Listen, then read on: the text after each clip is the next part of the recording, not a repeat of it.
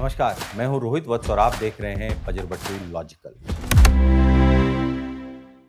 गाजियाबाद में Bharat city B1 tower के flat number 907 में 3 लड़कियां थी, 3 बच्चियां थी, जिनकी उम्र 16 साल, 14 साल और 12 साल थी। उनके नाम थे निशिका, प्राची और पाखी।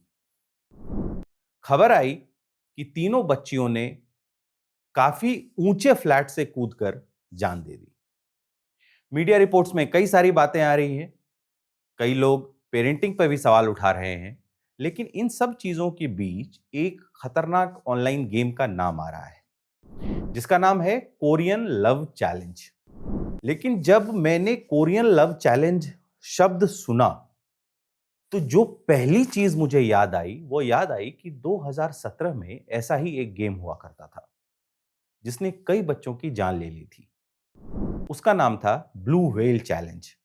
जो उस समय होश संभालने वाले लोग थे, जिनका उम्र 10 साल, 12 साल या उससे ऊपर होगी, उनको ये खबरें याद होंगी। मैं आपको कुछ आंकड़े बताता हूं, जो उस समय मीडिया की रिपोर्ट्स में आई थी। मुंबई में 14 साल का एक बच्चा था 2017 में। बंगाल में 10 साल का अंकन डे। केरला का मनोज, जो 16 साल का था। सात्विक पांडे मध्य प्रदेश में 17 साल का था। इसी तरह विशिका और एक दो और बच्चे।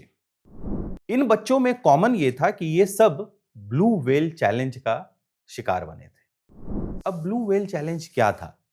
अगर आपको याद हो तो ये एक ऐसा गेम था जिसमें ऑनलाइन कुछ टास्क दिए जाते थे। बजरबट्टू लॉजिकल के इस एपिसोड में हम जानना चाह रहे हैं, हम समझने की कोशिश कर रहे हैं कि क्या ब्लू व्हेल चैलेंज और कोरियन लव चैलेंज में कोई समानता है? क्या दोनों खेल एक ही तरह से ऑपरेट करते थे? अभी पुलिस की इन्वेस्टिगेशन बाकी है, कई सारी चीजें अभी और निकलेंगी, लेकिन यह समझना जरूरी है कि यह पैटर्न क्या है। सबसे पहले आपको बताता हूं कि ब्लू व्हेल चैलेंज में क्या होता था। ब्लू व्हेल चैलेंज के 50 स्टेप हुआ करते थे, लेकिन उसके 5 स्टेप जो सबसे खतरनाक थे, वो एक थीम बेस्ड काम करवाते थे बच्चों से या जो भी उस ग्रुप का सदस्य होता था। ये क्लियर है कि इनका टारगेट टीनेज बच्चे थे, जिनका मोबाइल का एक्सेस था।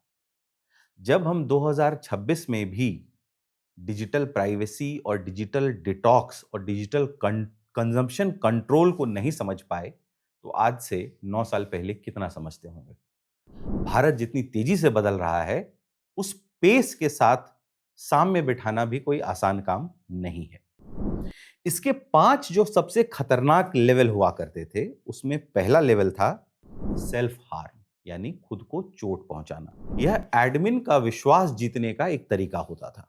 एक था नींद और मानसिक ताड़ना, मतलब कम सो, ज्यादा सो, ऑड टाइमिंग पर सो। इससे ये एडमिन को बताया जाता था कंटेस्टेंट्स के द्वारा कि हम उनके टास्क को करने में सक्षम हैं।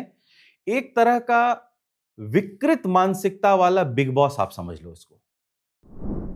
तीसरा था ऊंचाई और खतरों से खेलना। यहां ब्लू व्हेल का एडमिन उन बच्चों को, उन कंटेस्टेंट्स को तैयार करता था कि वो अपने जोन यानी सेफ जोन से बाहर जाकर कुछ करने के लिए मानसिक रूप से तैयार हो जाए। चौथा था पूरी तरह से अकेला हो जाना। ऐसे टास्क दिए जाते थे कि बच्चा अपने सराउंडिंग से आइसोलेट हो जाए। टीनेज बच्चे हैं, कई बार टीनेज बच्चे रिवेलियस हो जाते हैं, पेरेंट्स के साथ उनका कोऑर्डिनेशन उस तरह का नहीं होता है और पेरेंट्स भी नहीं समझते हैं कि मेरा बच्चा इस चीज में कैसे आ सकता है। पांचवा था जो लास्ट निर्णय होता था कि किसी भी ऊंची जगह या पुल से कूद जाना, पानी में कूद जाना, बिल्डिंग की छत से कूद जाना, गाड़ी के आगे आके कूद जाना। इस तरह के चैलेंजेस होते थे, जो 5th स्टेज होता था, यानी फाइनल स्टेज होता था। यहां आकर यह गेम बहुत खतरनाक हो जाता था। अब आपको बताता हूं कि कोरियन लव गेम्स में क्या होता है और क्या क्या समानता है। पहला होता है भरोसा जीतना, यानी बच्चों से मीठी मीठी बातें की एडमिन ने। बच्चे भरोसा कर लेते हैं एक फेसलेस मैसेज पर, वॉइस पर। कई सारे ऑनलाइन गेम्स ऐसे होते हैं जिसमें कोई दूसरा खिलाड़ी बड़ी बड़ी आसानी से एक लिंक के थ्रू जुड़ सकता है। बच्चे भरोसा करते हैं। बच्चे नहीं जानते कि सामने वाले आदमी की मंशा क्या है और वो कहाँ से ऑपरेट कर रहा है। यहाँ तक कि अ, जो हम खेल बीजीएमआई और इन सब में देखते हैं, इन सब से कई गुना ज़्यादा लेवल के खेल भी उपलब्ध हैं। फिर शुरू होता है ब्लैकमेल होना। जो भी इस तरह के ग्रुप का एडमिन होता है, वह आपसे आपके कुछ प्राइवेट फ़ोटोज़ माँगता है या आपको धमकी देता है कि आपके पेरेंट्स को, आपके भाई को, आपकी बहन को वो नुकसान पहुँचाएगा। बच्चे उनकी बातों में आ जाते हैं। वो नहीं समझ पाते और कई बार पेरेंट और बच्चों के बीच उस तरह का कोऑर्डिनेशन नहीं होता है कि बच्चा हर कुछ शेयर कर सके।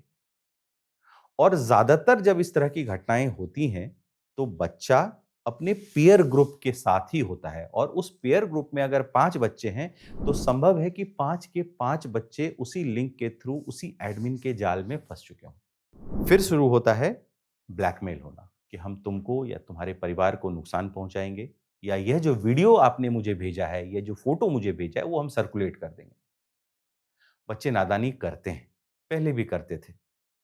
और कई बार बातें परिवार में ही रह जाती थी क्योंकि इस तरह से डिजिटल वाला मामला नहीं था कि हर चीज़ पब्लिक होने का डर हो। छोटे-छोटे बच्चे अ, इंस्टाग्राम के थ्रू, फेसबुक के थ्रू, अ, ट्विटर के थ्रू, सोशल मीडिया जो भी है, स्नैपचैट के थ्रू, इन सब के थ्रू अपने पीयर ग्रुप और उससे भी बड़े एक एक वृहद समाज से जुड़ते हैं। ऐसे में हम 12, 13, 14 साल के बच्चों से ये मानसिक मैच्योरिटी की उम्मीद नहीं कर सकते कि वो सब समझ रहे होंगे कि उस लिंक पर क्या हो रहा है। धीरे-धीरे कोरियन लव गेम में भी, यह मैं आपको कोरियन लव गेम के बारे में बता रहा हूँ। इसका भी एक स्टेज आता है जब एडमिन या जो लोग इसको चलाते हैं, वो बच्चों को अपने सराउंडिंग से काटना शुरू कर देते हैं। उनको अकेला करना शुरू करते हैं। टीनेज की एंग्जाइटीज़ होती हैं, टीनेज के अपने इश्यूज़ होते हैं, बच्चे अपने ही कई तरह की समस्याओं से जूझ रहे होते हैं, पेरेंट्स अपने काम में फँसे हुए हैं, फ़ास्ट पेस ज़िंदगी में उनके हर समस्या का समाधान पेरेंट कर ही रहे हों या टीचर कर ही रहे हों, ये ज़रूरी नहीं है। और समस्याओं के रूप भी इतनी तेज़ी से बदल रहे हैं कि पेरेंट्स जिन समस्याओं से पहले डील कर रहे थे या जिन समस्याओं को समझ गए थे, उनको अभी भी समझ जाएँगे, ऐसा कोई ज़रूरी नहीं है। तो अब जब बच्चा आइसोलेट कर दिया गया, अकेला कर दिया गया, तो तीसरा शुरू होता है अपनी जान लेने का स्टेज। यहां से ये भी उतना ही खतरनाक हो जाता है। कोरियन लव चैलेंज में कहा जा रहा है, एक्सपर्ट्स के हवाले से, कि इसके 50 स्टेज होते हैं, जो समस्या की स्पीड को, इंटेंसिटी को धीरे-धीरे बढ़ाते हैं। कोई भी आपको पहली बार में बहुत खतरनाक चैलेंज नहीं देगा। हो सकता है शुरुआत छोटी होती हो। दीवार पे एक फ़ोटो बना देना, ग्राफ़िटी बना देना, बिना किसी को बताए खाने में नमक मिला देना, ऐसी छोटी-छोटी शरारतें। लेकिन धीरे-धीरे बच्चे तो भोले हैं, लेकिन एडमिन तो बहुत शातिर है। वो आपके बच्चे को तैयार करता है। वो धीरे-धीरे उसको उकसाता है, एक ऐसे स्टेज पर ले जाने के लिए, जहाँ समस्या काफ़ी गंभीर हो जाती है। तो एक तरह से देखा जाए, तो जो 2017 में भारत में ब्लू व्हेल चैलेंज के दौरान हो रहा था, अब वो बहुत ही सटली उसमें ब्लू व्हेल के साइन बनते थे। कोरियन लव चैलेंज में अब कोई साइन नहीं, बाहर आपको इंडिकेशन भी नहीं है कि ड्राइंग रूम में आपके साथ बैठा हुआ आपका बच्चा असल में फ़ोन पर किस खेल में डूबा हुआ है। कोरियन लव चैलेंज भी वही कर रहा है, जो ब्लू व्हेल करता था, लेकिन अब बहुत शातिराना तरीके से करता है। समय आ गया है कि आप अपने बच्चों को मॉनिटर करें। समय आ गया है कि आप उनके दोस्त बने, उनसे समझने की कोशिश करें कि वो किस परेशानी से गुज़र रहे हैं, क्या समस्याएँ आ रही हैं। क्योंकि 9 साल बाद आज जब ब्लू व्हेल चैलेंज अपने नए रूप में कोरियन लव गेम के रूप में सामने आया है, तो बहुत संभव है कि अगले 2-3 साल में इसके कई रूप और बदलें, कई वर्जन्स और बदलें। मोबाइल आज की ज़रूरत है। ऐसा तो है ही नहीं, अब आपके बच्चे को पढ़ाई के लिए टैब चाहिए, कंप्यूटर चाहिए या समाज में अगर आगे बढ़ना है, सॉफ्टवेयर कोडिंग सीखनी है, बहुत सारी चीज़ें हैं, पेंटिंग करनी है, हर चीज़ के लिए कंप्यूटर ज़रूरी है, इंटरनेट ज़रूरी है। आप उनको इंटरनेट से नहीं काट सकते। इसलिए मॉनिटरिंग ही एकमात्र रास्ता है।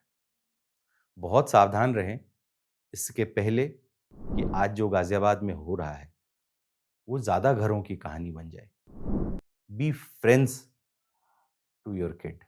उनको समझने की कोशिश करें, उनसे बात करें। हमने गाज़ियाबाद के केस में यह भी सुना कि पिता चेतन का क्या कहना था। केस अभी भी अंडर इन्वेस्टिगेशन है। हो सकता है कुछ और मामला भी निकल कर आए। लेकिन अगर इसमें कोरियन लव गेम का एंगल निकलता है या नहीं भी निकलता है, इस चीज़ का खतरा हमारे आसपास मंडरा तो रहा है। तो अब समय आ गया है कि हम इसको ठीक से पहचानें और इसका काउंटर करने के लिए तैयार हो जाएं।